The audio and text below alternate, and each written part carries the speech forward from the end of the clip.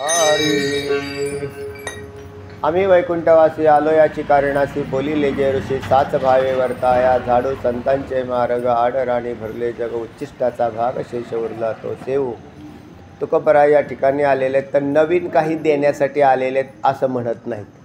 तर पूर्वीचंच तुमच्याजवळ इथे आहे, पण त्याचं नूतनीकरण करणं, जीर्णोद्धार करणं. मंदिरं जुनी झाली म्हणजे त्याचा जीर्णोद्धार होतो, आहे का नाही.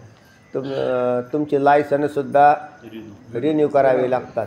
जगामध्ये बरेच पदार्थ असे आहेत की ज्याचं रिन्युवेशन करावं लागतं. म्हणून काल तुम्हाला सांगितलं की नाथ महाराजांनी ज्ञानेश्वरीचं सुद्धा काय केलं, शुद्धीकरण केलं. ज्ञानेश्वरीचं शुद्धीकरण केलं. अशाच प्रकाराने शुद्धीकरणासाठी एक काम तुकोबरायांकडे मिळालं आणि ते जे जे बोलिले ऋषी साच भावे वर्ताया, जे ऋषीमुनी बोलले त्यांच्यात साच म्हणजे सत्यत्व बाहेर काढायचं. जे सत्य काय आहे म्हणजे लोक असत्याचा आधार घेऊन त्याला पुढे ढकलत असतात. आणि दुसरं आहे भावे.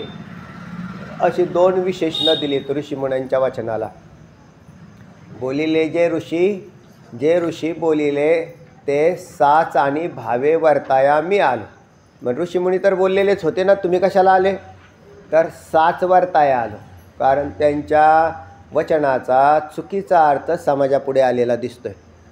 म्हणून ऋषीमुनी जे काही बोलले, आता ऋषी ज्यांनी स्वतः म्हणजे जे इंद्रियांचे स्वामी बनून, धनी बनून, इंद्रियांना ताब्यात ठेवून जे ज्या योगे जगाचं कल्याण होईल अशा प्रकारची वचनं ऋषीमुनींच्याकडून आहेत. मग ते वेदामध्ये आहेत असं आपण काल सांगितलं. वेदामध्ये अनेक ऋषीमुनींची वचनं येतात आणि वेदाच्या बाहेर असणारी सुद्धा वचनं. वेद हा सगळ्यात अनादी म्हणून त्यातली वचनं धरली. आणि जो भाग अतिशय जुनाट झालेला असतो त्याचं नूतनीकरण करावं लागतं. जो नवीन भाग असतो त्याच्यात विशेष नूतनीकरणाला नाही लागत. पण तेव्हा अशा काही जुनाट वचनांचा विचार.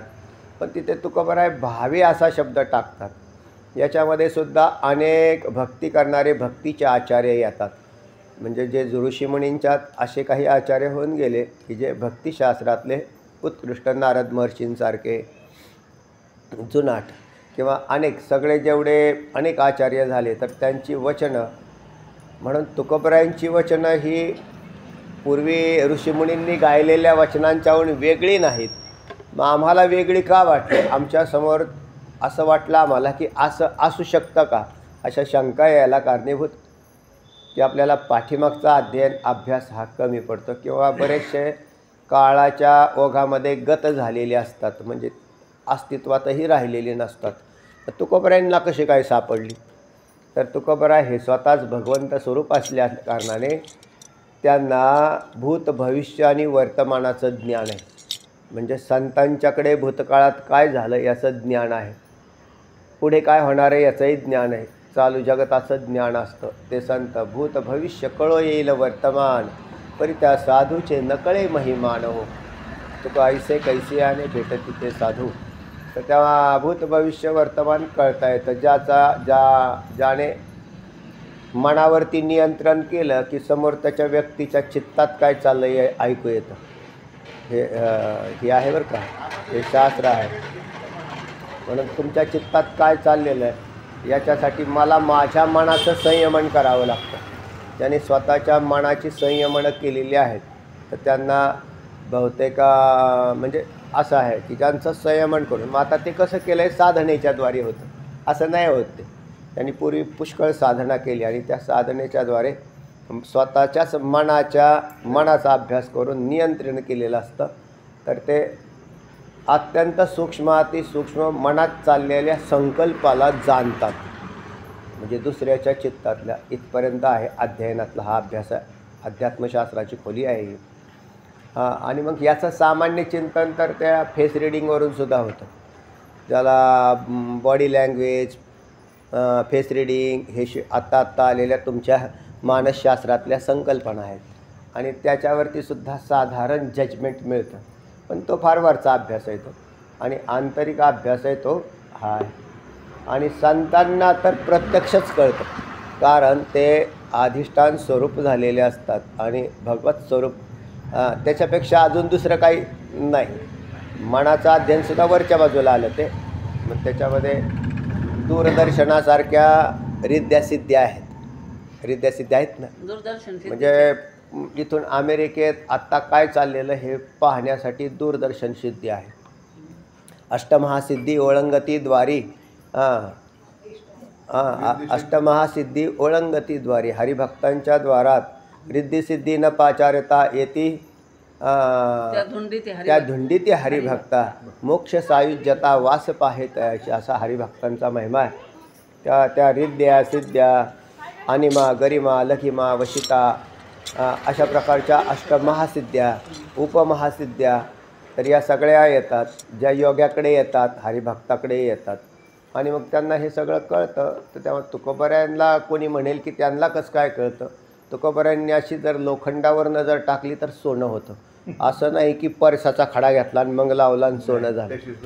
नुसतं असं पाहिल्याबरोबर अख्खी त्या शिवबा कासाराकडून आलेली त्या ब्राह्मण काकांनी आणलेली पास आणि त्या पासीचं काय केलं सोनं करून दिलं. तेव्हा म्हणजे ते ब्राह्मण काका आले होते, त्यांना धनाची इच्छा होती आणि विद्वत्तेची इच्छा होती. असे काही वेगवेगळे धरणेकरी तुकोबरायांकडे माऊली ज्ञानोबरायांनी पाठवले. त्याच्यातले हे जे एक होते तर त्यांना इच्छा होती धनाची. ते म्हणते असं कर शिवबा कासराकडे जा, ते देईल ते घेऊन ये. आता त्यांनी दिल्या लोखंडाच्या जड फाशी आणि हे होते ब्राह्मण काका. 3 फाशी दिल्यावरती त्यातले तर फाशी 2 टाकून दिल्या रस्त्यानीच्या. आता लोखंडाला घेऊन काय करायचं. त्यांना धन लागत होतं आणि आता मोठ्या साधूंचं ऐकायचं म्हणून ऐकलं बी, पण लोक 100% ऐकत नाहीत, थोडं थोडं ऐकतात. आणि मग त्यांनी ती एकच जड पास होती म्हणे 1-2 टाकून दिल्या आणि 1 घेऊन आला. तेव्हा तुकोबराय म्हणली एकच दिली का. नाही म्हणल्या 3 दिल्या होत्या. मग तू का टाकून दिल्या. तर भाग्याचा करंटा त्या म्हणल्या तू करंट असल्यामुळं टाकून दिल्या. करंटा कसं काय जड लोखंडाचा मोदाळा आणि तो कोण घेऊन यावा म्हटले. ते म्हणले जड लोखंडाचा मोदाळा कसं काय, बघ बरं ती पास काय. आणि त्यांनी ती पाहिली होती ती सोन्याची होती. आणि मग त्याच्या लक्षात आलं अजून 2 फाशी असत्या तर किती झाल्या असत्या, किती सोनं झालं असतं. पण तोवर तर वेळ निघून गेली. याला म्हणतात निदैवी मनुष्य. म्हणजे त्यांच्या पाहण्याने त्यांच्याकडे काय काय असू शकतं म्हणा ना. वेदाचा तो अर्थ आमासीच ठावा एरांनी व्हावा भार माता. आम्हाला माहिती आहे काय त्यात, बाकीच्यांना काय. तेव्हा तुकोबरायांनी ऋषीमुनींची वचनं साच केली आणि गाथेच्या माध्यमातून समाजासमोर प्रगट केली. आणि भावे लोकांना कशाला लागलं, भक्तिमार्गाला लावलं. काय होतं बरीचशी वचनं कोरडी आहेत आणि शुष्क आहेत. शुष्क आणि कोरडी वचनं जरी चांगली सत्य असतील, मितले आणि मवाळ. मितले आणि मवाळ शब्द जैसे कल्लोळ अमृताचे. काय म्हटलं माऊली. साच आणि मवाळ मितळे आणि रसाळ शब्द जैसे कल्लोळ अमृताचे. माऊली म्हणतात बोलताना शब्द कसे हवेत, साच पाहिजेत म्हणजे सत्य, मवाळ मितलं म्हणजे थोडक्यात मोजकं आणि रसाळ अशी जर वाणी असेल तर वा म्हटले काय. आणि तुकोबरायांची वाणी अशी आहे. आणि तुकोबरायांनी अगदी मोठे मोठे सिद्धांत सहजतेने मराठी भाषेमध्ये उतरवले आणि त्याला याची किनार लागून नाही दिली शुष्कतेची, तर रसाळ त्याने. म्हणून काव्यामध्ये तुकोबरायांची गाथा श्रेष्ठ आहे. काव्य झालं ते. आणि त्याच्यात जे जे भावपराग उमटले अंतःकरणातून तुकोबरायांच्या ते त्यांनी प्रगट केलेले दिसतात. तेव्हा बोलिले जे ऋषी साच भावे वर्ताया. आणि अजून काय करणार तुम्ही, झाडू संतांचे मार्ग. म्हणजे आम्ही नवीन नाही मार्ग तयार करणार, तर जे संतांनी मार्ग टाकले त्याच मार्गावर आम्ही लोकांना चाला. लोक मार्गभ्रष्ट झालेले दिसतात. जसे मार्गभ्रष्ट झाला म्हणजे दुसऱ्याच आडराणात चालला, वेगळ्या मार्गाला चालला. असं का झालं. बऱ्याच मार्गावर काय होतं बऱ्याच वेळेला, त्या मार्गाचा वापर जर नाही झाला तर त्याच्यावर झाडं झुडपं काटेरी हे सगळे उत्पन्न होतात. तुम्ही बघा ते ज्या रस्ते वापरलेले नसतात ते उदसून गेलेले असतात, पावसात वाहिलेले असतात, कुठं काय रस्ता राहिलेला नसतो. खेडेभाड्यामध्ये जर पाहिलं तर आता ज्या रस्त्याचा वापर चालू आहे ना तो रस्ता व्यवस्थित राहतो. तसे बरेचसे रस्ते वेदाकडे जाणाऱ्यातला चांगला रस्ता जो आहे तर तुकोबराय तर भक्तीचा प्रसार करण्यासाठी आले होते. म्हणजे भक्तीसाठीच त्यांनी भक्तिपंथ, पंथ म्हणजे मार्ग, भक्तिपंथ बहु सोपा, पुण्य नागवे या पापा, येणे जाणे खेपा, येणेची एके खंडिती. तुकोबराय म्हणतात भक्तिरूपी मार्ग जो आहे तो सोपा आहे आणि सगळ्या लोकांना चालता येण्यासारखा. सोपा म्हणजे ज्याच्यावर सगळ्यांना चालता येईल. म्हणून यारे यारे लहान थोरं, याती भलती नारी नर, करावा विचार नलगे चिंता कोणाशी आपण पाहिलं. तर तेव्हा अशा प्रकाराने तुकोबराय म्हणतात की झाडू संतांचे मार्ग, संतांचे मार्ग झाडू, कारण त्याच्यावर कचरे आलेले दिसतात. इथे सुद्धा हाच भाग दिसतो की तुकोबराय का आले, तर संत मार्ग निर्माण करण्यासाठी नाही आले, तर आलेल्या कचरा झाडण्यासाठी आले. आणि हा कचरा कसा काय येतो, सहजतेने येतो, अगदी सहजतेने कचरा येतो.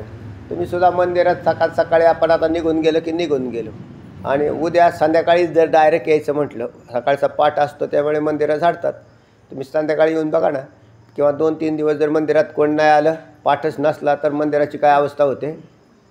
कोणी आलंच नाही तर इतकी धुळण बिळण काय पालान कुठलाही येतो. कचऱ्याला आणावं लागत नाही, कचरा येत असतो, त्याचं नाव कचरा, आणि त्याला झाडावं लागतं. म्हणून हे नित्याच आहे. तुमच्या घरामध्ये सुद्धा घरं बी लावून ठेवली आणि 2 दिवसांनी आले तर तुमच्या घरात काय असतो, ते म्हणजे कसं काय आला धूळ किती बी येते आतमध्ये, आणि मग तुम्ही नसतं असं जरी केलं तरी दणादण त्याच्यातून धूळ उडते. तर इतकं हे सगळं येत राहतं. आणि हा तर मार्ग अनादिकालापासून आहे आणि त्याच्यावरती कचरा नक्कीच आलेला. तेव्हा तुकोबराय म्हणतात की आम्ही कशासाठी आलो, तर संतांनी जे मार्ग टाकले. याचाच अर्थ दुसरा एक आहे की तुकोबरायांच्या आधी अनेक संत होऊन गेले. हेही सिद्ध झालं की तुकोबराय येण्याच्या आधी झाडू संतांचे मार्ग. तुकोबराय हे स्वतःच संत आहेत, पण मग संतांचे मार्ग झाडू असे म्हणणारे तुकोबराय हे संत आहेत का संत नाहीत, तर संत स्वतःला कधी संत म्हणून घेत नाहीत, आणि जे स्वतःला संत म्हणून घेतात ते कधी संत नसतात. म्हणून जर असा मोठा बोर्ड लिहिला की श्री संत अमका अमका अमका अमका फलाना, तर समजून घ्यायचा हा बावळट असला पाहिजे. कारण संत गेल्यानंतर आम्ही त्यांना माऊली संत तुकोबरायांना जगद्गुरू म्हणायला लागलो. आता बरेचसे जगद्गुरू तयार झाले, नाव पुढे जगद्गुरू लिहून चालले होते दिंडीत, तर जगद्गुरू ते म्हणत होते आणि त्यांचा जयघोष चालला होता. मूर्खातले मूर्ख, हां, स्वतःच्या नावापुढे आत्ता आहेत बरं का, त्यांनी स्वतःच नावापुढे जगद्गुरू लिहिले, आणखीन काय काय काय काय पदव्या लिहिलेल्या आहेत, आणि त्यांच्यासमोरून चालले. लाज बी वाटत नाही हो, कारण वाटायला पाहिजे का नाही. कुणी अंगाला घाण लावली तर आपल्याला, अशी कुणी एखाद्याने लाकडाने घेतली आणि तुमच्या अंगावर लावली तर तुम्ही त्याच्या कानामागं लावताल का नाही. म्हणजे आमच्या अंगावरती घाण टाकता, पण स्वतःच्या अंगानेच घाण लावून घेतली तर त्याला घाण वाटत नाही ना. ही असं आहे ना, त्याला घाण नाही, त्याला ते चांगलं वाटतंय ना. वास्तविक पाहता ही घाण आहे.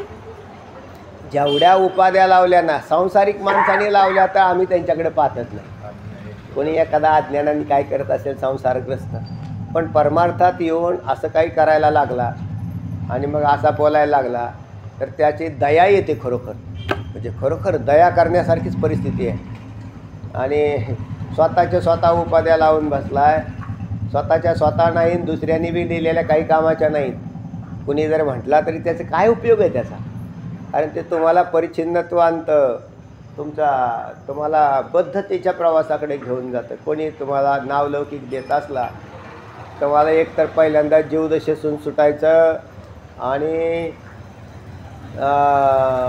ब्राह्मी स्थितीचा अनुभव घ्यायचा, आणि त्याच्यात घेण्यामध्ये ह्या उपाध्या सगळ्यात मोठा घोटाळा आहे. तुकोबराय संत जरी असतील तरी स्वतःला संत म्हणत नाहीत. ते होते तेव्हाही ते स्वतःला संत म्हणत नव्हते. गेल्यानंतर आम्ही म्हणायला लागलो तुकोबरायांना संत. आणि का संत लक्षणं दिसली तिथे, लोक लक्षण न दिसता संत म्हणतात, हे विशेष आहे. काय त्याला लक्षण फिक्षण काय माहीत नाही, कशाचं काय आहे. सामान्य लोकांना भगवद्गीता माहीत नाही, ज्ञानेश्वरी माहीत नाही, भागवत माहीत नाही, काहीच माहीत नाही. ते म्हणजे संत का म्हटले हे म्हणतात, आणि ह्यांनी सांगितलं ह्यांना आणि ह्यांनी सांगितलं ह्यांना, झाली संत. असा प्रकार चालू आहे बरं. आंधळ दळतं असा सगळ्या जगामध्ये असा प्रकार चालू आहे. तर तेव्हा तुकोबराय म्हणतात झाडू संतांचे, अगोदर संत झाले, आताही आहेत आणि पुढेही होतील. संत नसतात असा कालावधीच नसतो, पण ते गेल्यानंतर ते संत म्हणून प्रगट झालेले दिसतात, तोपर्यंत नाही. तर तेव्हा अशा प्रकारचे संत असतात, साधू अनेक असतात, साधूही असतात, जिज्ञासूसुद्धा नसतात असा कालावधी नसतो, तर जिज्ञासूसुद्धा असतात. आणि खालचे दोन असतात हे वेगळं सांगायला, म्हणजे वेगळं सांगायची काही गरजच नाही. तर तेव्हा असा कालावधी. देवसुद्धा कायमचाच असतो. असं नाही की पूर्वी पांडुरंग होता आता राहिला नाही, आता काय पांडुरंग राहिला नाही, आणि पूर्वी पांडुरंग होता आता काही संत राहिलेले नाहीत, आणि पूर्वी असं नाही ते. कारण या जगात सगळे प्रत्येक कालामध्ये असतात, पण त्याचं आपल्याला ज्ञान नसतं. म्हणून आपल्याला ज्ञान नसतं याचाच अर्थ आपल्या म्हणजे आपण त्या योग्यतेचे नसतो असं ना. आपल्याकडे ती योग्यता तयार झाली तर आपल्याला त्याचं ज्ञान होतं, अन्यथा नाही. काय म्हटले तुका म्हणे अंगी व्हावे ते आपण, तरीच महिमान सकारात्मक, तरीच महिमान कळो येईल, नाही तर नाही येणार. त्यांना ते संत नाही वाटत. तेव्हा झाडू संतांचे मार्ग, संतांनी काय मार्ग तयार केले? मोक्षाचे मार्ग तयार केले. कोणते मोक्षाचे मार्ग संतांनी तयार केले? तर त्याच्यात दोन्ही प्रकारचे संत आहेत, एक ज्ञानाचा उपदेश करणारे आणि भक्तीचा उपदेश करणारे. हे दोन्ही मार्ग तुकोबराय म्हणतात आम्ही झाडू. कारण झाडू संतांचे मार्ग याच्यात विशेषत्व नाही. आणि गाथेमध्ये तुम्हाला ज्ञानपर दिसेल, कर्मपर दिसेल आणि उपासनापर गाथा दिसते. याचाच अर्थ कर्ममार्ग, ज्ञानमार्ग आणि भक्तिमार्ग हे तिन्ही गाथेत आलेले दिसतात. म्हणून हे तिन्ही मार्ग तुकोबराय म्हणतात आम्ही झाडू.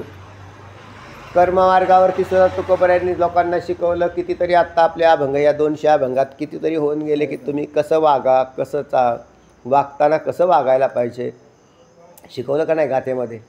अगदी फार अभंग नसतील, कारण उपासनेची सगळ्यात मोठी अभंग आहे. वेदात कर्माचे जास्त विषय आहे, पण तुकोबरायांच्या गाथेत उपासनेचा जास्त विषय, ज्ञानाचा कमी आहे आणि कर्माचा सुद्धा कमी. तुम्हाला म्हणून तुकोबरायांच्या गाथेत तिन्ही मार्गाचा उहापोह केला. कर्ममार्ग पण थोड्या अंशात सांगितला. कर्ममार्ग म्हणजेच आचरण. तुम्हाला आचरण कसं करायचं ते तुकोबराय शिकवतात कर्ममार्गात. उपासना मार्गात उपासना कशी करायची ते शिकवतात. आणि ज्ञान मार्गात त्यावेळेला तुम्ही उपासनाच करा असा आग्रह धरतात आणि ज्ञान तुम्हाला सहजतेने प्राप्त होईल असं सांगितलं. मग त्याच्यासाठी ज्ञानाची काही लक्षणंसुद्धा सांगितली. का तुम्ही याच्यात अभंग जर पाहिले तर असं लक्षात येतं, त्याच्यातसुद्धा तुम्ही खोटं ब्रह्मज्ञान संपादन केलं असं म्हणू नका, कारण ते तुम्हाला जमणार नाही.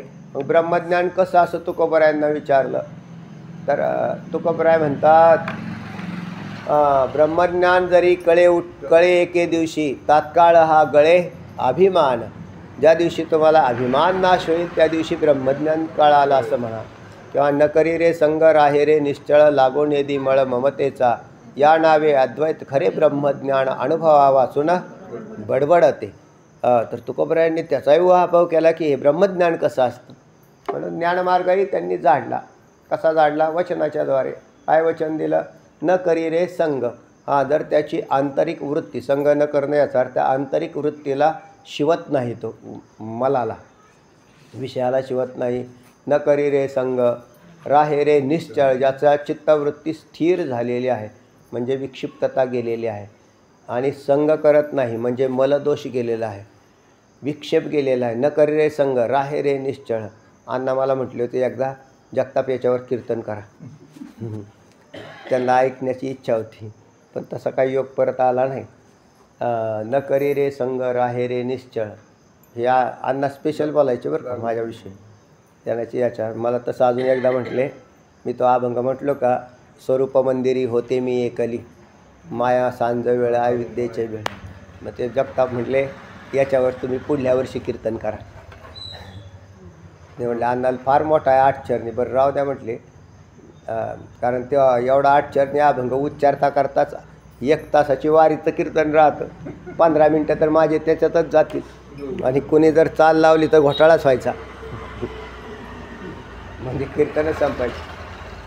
चला. तेव्हा न करे संग राहे रे निश्चळ लागो नेदी मळ ममतेचा या नावे अद्वैत खरे ब्रह्मज्ञान. खऱ्या ब्रह्मज्ञानाचं लक्षणं तिथं प्रतिपादन केली. जर तुमच्या चित्तवृत्तीत असे बदल झालेले असतील तर तुम्ही तत्ववेत्ते आहात. या नावे अद्वैत खरे ब्रह्मज्ञान अनुभवा वाचून बडबड ते जाऊ दे म्हणलेले वेळ होईल. तर तेव्हा तुकोबराय म्हणतात झाडू संतांचे मार्ग आणि आडराणी भरले जग उच्चिष्टाचा भाग शेष उरला तो